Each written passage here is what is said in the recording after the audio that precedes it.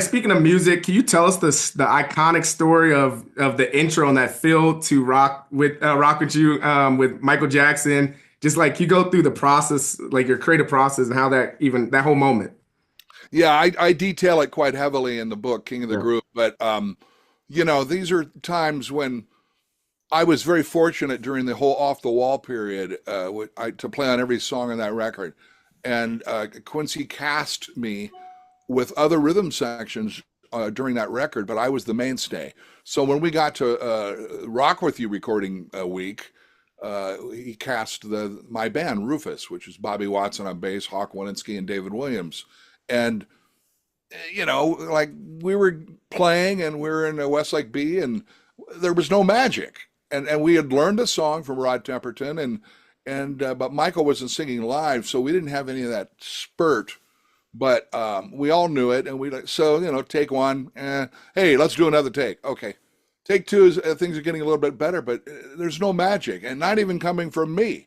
And I got my part fairly defined at that point.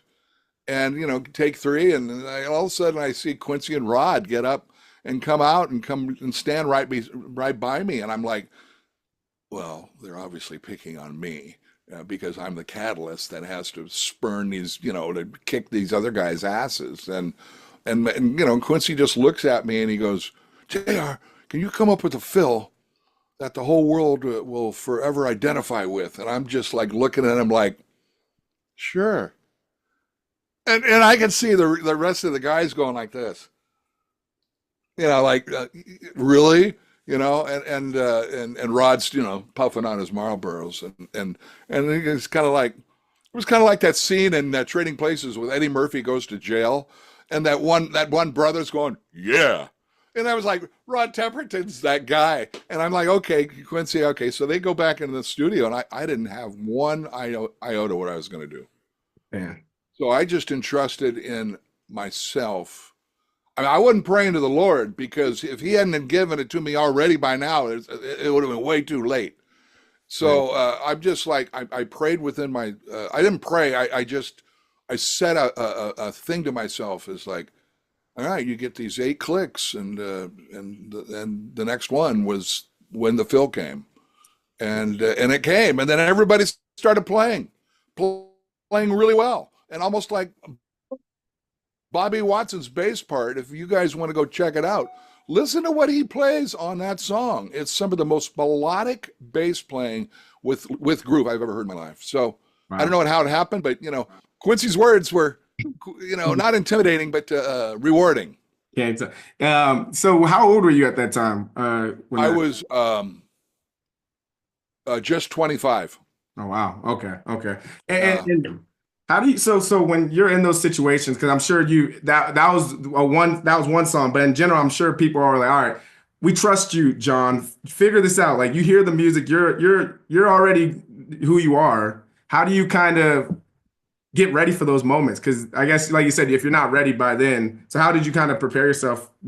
Were you practicing on your own time and at different times, or how'd you kind of get ready for that? you can't really rehearse spontaneity. Yeah.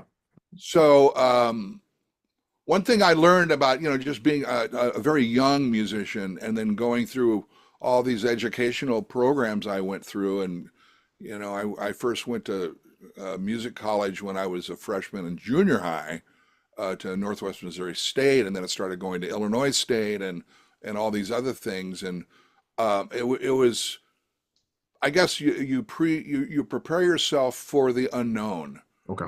and I also did more than when I got to Berkeley in Boston. I had done more than just pop, R&B, and jazz. I did a guy named Toro Okoshi. His name was Tiger. He was the kind of like the Miles Davis of Japan in the old days, and just a great musician and trumpet player. And we did a senior recital, and I was young. And on that piece of paper, there were three movements. And the first movement, there were no notes. We weren't reading music. We were reading old Japanese symbols Yeah. from 800 years ago. And so I see this thing with goes, and I go, what do I do? And so I find some piece of metal in real time and like scrape on the side of the drums and maybe, So these are just little things that you prepare yourself for, um, that you don't know will happen. So I'm just, I trust in my process, and I think that's what the new musicians need to learn. Okay, I like that because it reminds me of in that Quincy Jones documentary when he talks about he basically says something around the lines like you got to be like 80 or 90% ready, and then he's like there's that 10% that's just it comes from somewhere else. It's God, it's whatever you want to call it, but you got to just put yourself in that moment. And I like that. I like that you said it like that. Yeah, well, I mean, let's look at it this way. Rodney Dangerfield, the greatest comedian to me of all time. Okay. And I mean, there's these modern, like you don't want to play them for your children, but Rodney always had a compartmentalized area. He had compartments where if he was telling a joke and you know where the joke was going, but he may pull out a different punchline or a different procedure to get from point A to point B. It's the same with being a musician. Yep. And then so on that, like, how do you know when you've made a hit song, or like how do you know when the song is it? Kind of like you said that take where you're like, all right, this Yeah, is yeah. During Don't Stop, on that following Monday after I'd come in and overdubbed on two tunes, and I saw Greg Fillinganes there, and I could, first of all, I was really really inspired by the song because the drum groove is something I had never played before, but it just came naturally to me. It wasn't hard. It was challenging, but I see Greg standing on his piano bench dancing and playing the Mini Moog and the Rhodes, and I'm going, well, he's obviously motivated also. And so after a couple of times rehearsal down, and then we record it, I just looked at him and I go, man, we just cut a number one record. And I was wishing that we cut a number one record, and I was right. Somehow I don't know how I knew. I mean, God knows all those Rufus solo records we did. There weren't a lot of number one records on there. There was a couple, but there were R&B Yep. and not until Ain't Nobody came around. But you know, Rock with You, I knew immediately was a number one record.